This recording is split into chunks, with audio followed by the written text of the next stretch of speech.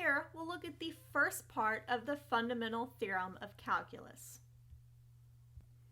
Our conditions say that we need a function f to be differentiable on the interval a to b, so our derivative has to exist.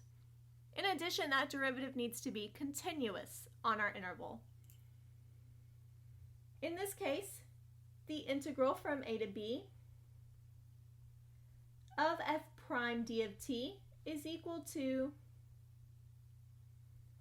f of b minus f of a. So this is the first part. If we actually want to evaluate one of these integrals, we can figure out what function gives us that as a derivative and then evaluate that along the endpoints. Here, I want to find the integral from 1 to 4 of 6t minus 3. And in the next video, we'll actually discuss in more depth how to find this integral, but for now, we'll say that this is 3t squared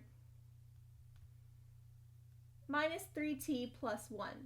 And you'll notice that if I try to take the derivative of this function that I just gave you, you would get back to 6t minus 3. And then our shorthand notation says we're going to evaluate this from 1 to 4. We do that with a vertical bar. So I have 3 times 4 squared minus 3 times 4 plus 1 minus evaluating the lower limit. 3 times 1 squared minus 3 times 1 plus 1.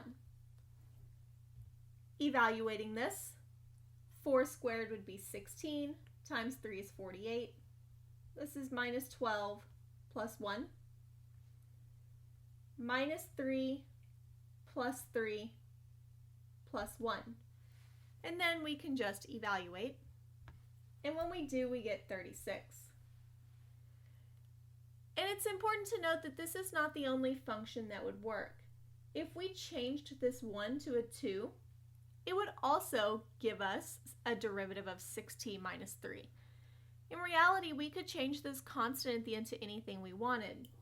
And you'll notice we had a 1 and a negative 1. They did actually cancel out. So in reality, it doesn't matter what you make that constant. So usually, we make it just a 0. Next, we'll look at the integral of sine of t dt. We know that the derivatives of sine and cosine are related. We know the derivative of cosine is negative sine, so the integral of sine would be negative cosine. We're going to evaluate this from 0 to pi.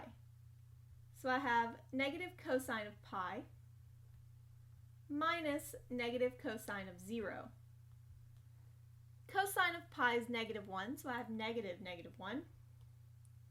This would be a plus. Cosine of 0 is 1. So this one would give us 2. Here we have the integral from 1 to 5 of 1 over t. We know the derivative of ln of t is 1 over t, and then we need to evaluate between 1 and 5. So we have ln of 5 minus ln of 1. And ln of 1 is just 0.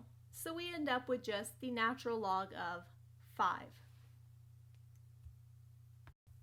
For our last example, the integral from 0 to 1 of 1 over 1 plus t squared.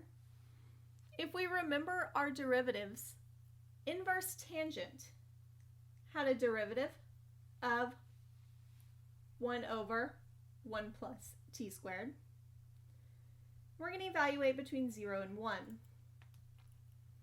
So that means we have arctan of 1 minus arctan of 0. And remembering rules of tangent, arctan of 1 is pi over 4. Arctan of 0 is 0.